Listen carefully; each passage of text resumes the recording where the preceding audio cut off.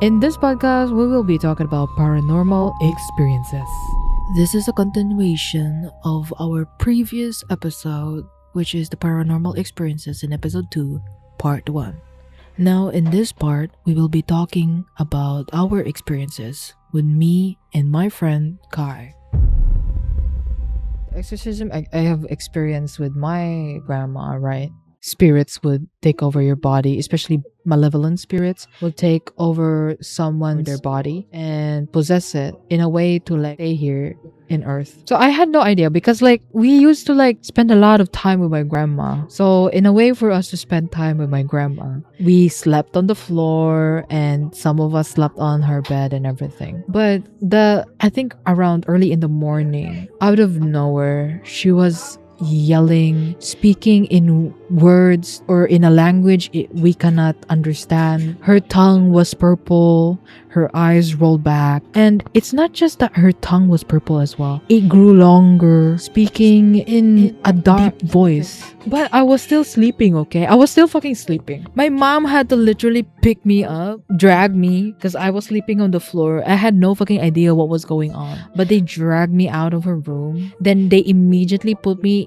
on the couch with me and my siblings to drink holy water, a lot of holy water, and to pray so that we would not be possessed by the spirit. Then later on, my mother was like trying to like put her down and everything, like to tie her up on the bed. They later called like one of those peoples who would do some sort of spiritual stuff. I don't know what it's called, but like they were the ones doing like some sort of exorcism to my grandmother because she was already possessed and was saying this and that in her bedroom. Now mind you, we live in the mountains and everything, and we have already known that there is a spirit living there in their area.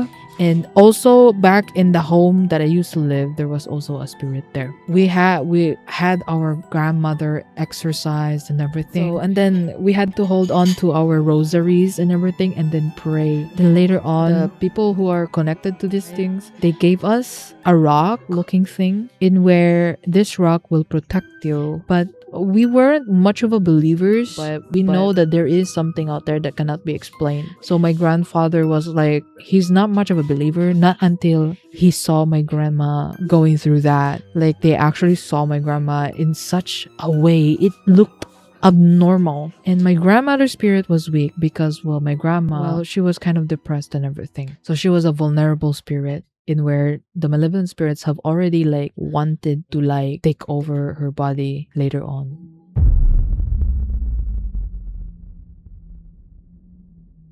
How are you, Kai? I believe like you've talked about exorcism back then. Yeah, I had to even exercise someone. Exercise? Exorcise! Fucking hell. I had to exercise someone before.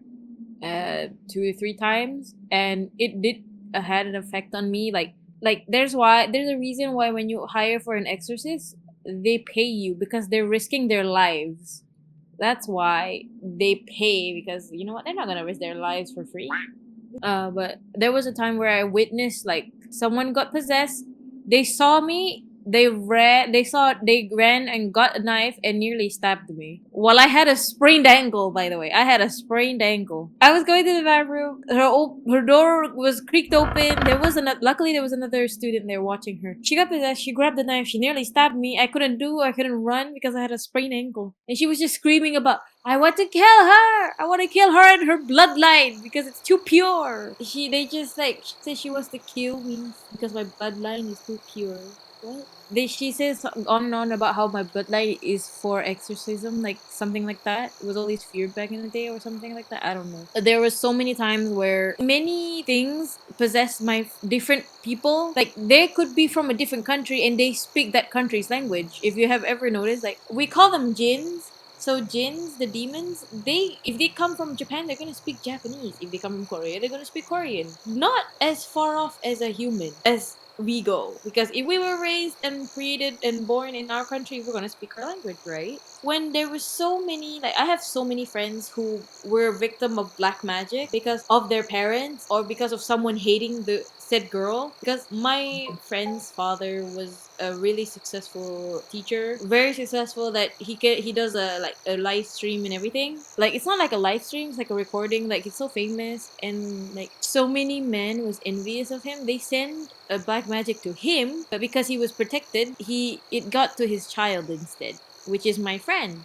And every day she gets possessed. She's very sensitive to the topic. You can't talk about possession because she might get possessed. I am myself and am sensitive to the unnatural, the paranormal world, because one of my roommates in my dorms actually got possessed right a couple beds away from me, and I got affected and I couldn't walk for 3 months by the black magic because I had my own curse. I had my own, like, there was a demon watching over me. Like, well, not really watching over me. It's like, it's been there with me since I was a kid, as I was told. That it got affected me. I couldn't walk for 3 to 4 months. I finally went to an art. I couldn't exorcism it myself because I didn't have the energy because it really took the toll out of me. So I had to go to a different exorcism. Why didn't you come to me sooner? This demon has been with you since you were a kid. And then she told me about how I got it. She said it was one is from a bloodline that had probably dealt with black magic. That's why you have one too. There are demons where, for example, our first of the first people of our bloodline, they mess with black magic and they made a promise to the demons to take care of their bloodline. So even though we may not know it, we might have a demon that came from our bloodline because you know how back then people were so like into black magic that we somehow are involved with it too, because it's like from bloodline to bloodline. For example, if I have a child, it's gonna go to my child next. She warned me about how this thing can come back. I knew that I had a demon around me because I can feel its presence. I can feel the presence and I can see some things. So like when she told me about that whole demon thing, I wasn't really surprised. Also, like that, well, that's what I have to do with exorcism. There was a paper that had a writing for protection in Islam, right? In my religion, right? There's a thing we have to write in order to scare demons off. I held it up to my friend that was possessed that I had to exorcise. Her hand lifted up so fast and she smacked it away from my hand so strongly that it flew and hit the wall. But how about like spirits? Like something that happened right in front of you. There was a lot that happened. Like instances when I was a kid, I lay down my bed. I was about to sleep and then I hear snoring under my bed. Like very clearly. I for a second thought that my dad was sleeping under my bed. I thought there was a man sleeping under my bed because that's how clear it was and how loud it was. You know, me being a dumb kid I was, I grabbed the flashlight. Yes, I had a flashlight. I grabbed the flashlight. I ducked my head down the bed and I shined it there. There was nothing there. I went back, and then the snoring stopped, and I was like, okay. And I went back. I was about to go back to bed, and then I hear the snoring again, and then I went back down. But when I shine the light, I see like a figure. It's kind of shadowy, blackish, laying down under my bed. But it wasn't facing me. It had its back towards me, and I was like, oh hell no. Because I was a kid, I decided to take take my blanket and ran to my mother's room. There was also so many times where I was about to sleep. It's always about sleeping.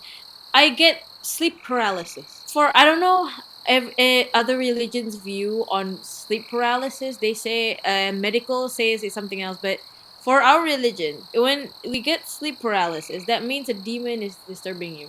When I got that sleep paralysis, I could clearly see a tall, dark, shadowy figure with such long fingernails and stuff like that. And then, like, he was walking towards me. He was eyeing me. He crouched towards me, and I couldn't move like shit. And I was like hyperventilating and everything. Everything was blurry, at dark, and dizzy at the same time. And I always get that sleep paralysis when I was a kid. My mom had to get me the plug in of a person reading the Quran to stop anything from happening. And I had to get a cat because for our religion, a cat helps remove the demons. So when I brought the cat into my home, the snoring into my room specifically, the snoring stopped, the sleep paralysis stopped, everything stopped the minute I brought that cat in.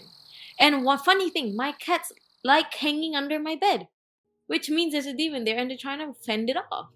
And they like to hang inside the bathroom for some reason. Like, and there was also like a time where I was just dancing. I was just like, I was a kid. I used to dance a lot because I go to dancing classes, right? I was practicing for a dance and I was facing my bed. And that time I had a lot of teddy bears on my bed. A lot. And if, when I mean a lot, I mean a lot. And then suddenly I was dancing. I turned as I was dancing to face the bed. One of my bears moved forward. I was like, oh, hell no. I stopped the dance. I stopped the music. I took my phone. I took my blanket. And I'm just like, I was like, I noped out of there. That's why I learned to hate Barbie dolls, because that happened to me. Because I was not playing at my current home right now, but I was playing it in the village, in my village that I was raised in.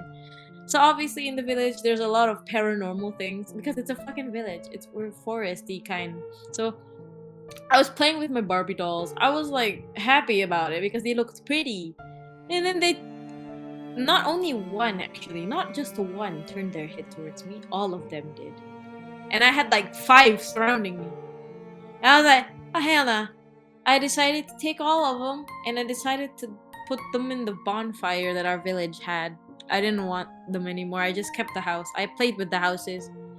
Instead of using dolls, I learned to play with pens and erasers as dolls instead. All 5 turned their heads toward me, like randomly too. Like quickly, and then turned to me and I was like, oh, fuck no. I was a kid, so I'm glad I was smart. I took them all to a bonfire and I threw them. I threw them in there. I didn't want any more Barbie dolls after that. And if anyone got me a Barbie doll, I would have cried. Have you ever had like one of those like, well, other people would say mimic, right? Mimic A mimic? or a Oh my gosh. doppelganger? For me, like, it's not a mimic through, like, I can visually see it. It's more like a voice mimic. I always get in this house, and we still do. We still do, but we just don't really, like, think much about it because if we do, it might become bigger, so we just don't pay attention to it because there's so many times where my mother thought I was calling her and I thought my mother was calling me, but when I come to her, when she comes to me, I didn't call you, or she thought that I was asleep and I saw that she was asleep. So wait, she's not the one calling. But why is it with her voice in the tone of her tone and everything? And it was so clear, only to see that it wasn't her that called. And there were so many times where we heard knocking at the door and the voices of, like, for example, right, my brother knocked at the door and he said my real name, but I'm gonna say Kyra, and I opened the door and I was like, oh wait, no one's there. Where's my brother? Because I peeked under the door. I have this habit because I used to have strict parents, right? I would peek under the door to make sure if there's any footsteps there, right? So I thought I saw like there was 2 legs under the door. Oh, So I really thought it was my brother. I opened the door. Ah shit, no one was there. okay, so I was like young, right? And then I was like sleeping in my mom and dad's bedroom. We all slept there on the floor and everything. And well, it was around 3 a.m. or 4 a.m. and everything. You see a kitchen counter. I see the door was open actually in the room. I like sleeping by the door. The door was open. I was able to see the kitchen. And in the kitchen counter, there was a very heavy canned food that no wind can push over, right? And the Yeah. windows were all closed. Out of nowhere, this specific canned food moved in such a quick way in one place by the edge of the other edge of the kitchen counter. And I was like, whoa, hold on. Did I do that with my mind? Or was that something that I could not even fucking comprehend? And I was like, no, not today, not today, not today. So I covered my head, right? I covered my head with a blanket.